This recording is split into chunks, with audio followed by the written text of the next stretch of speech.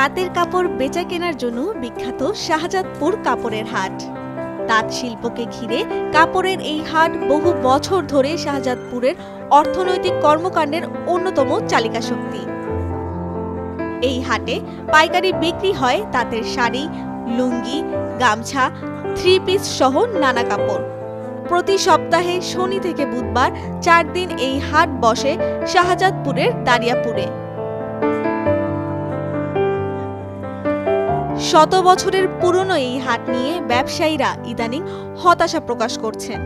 বিশেষ করে করোনা কালের পর থেকে কমতে শুরু করা ব্যবসা গত জুলাই অভ্যুত্থানের পর কাপড়ের হাটে বেচা বিক্রি আরও তলানিতে গিয়ে ঠেকেছে। তাঁতিদের অভিযোগ, হাটে তেমন ক্রেতা বিক্রেতার সমাগম নেই বললেই চলে। দীর্ঘদিন ধরে মানুষের ব্যবসা খারাপ,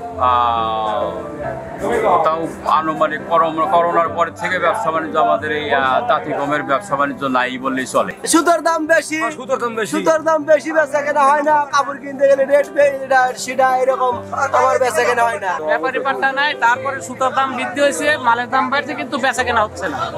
কিন্তু আমাদের বেচে দেওয়ার হলে কর্মচারীকে বিল দিতে হয়।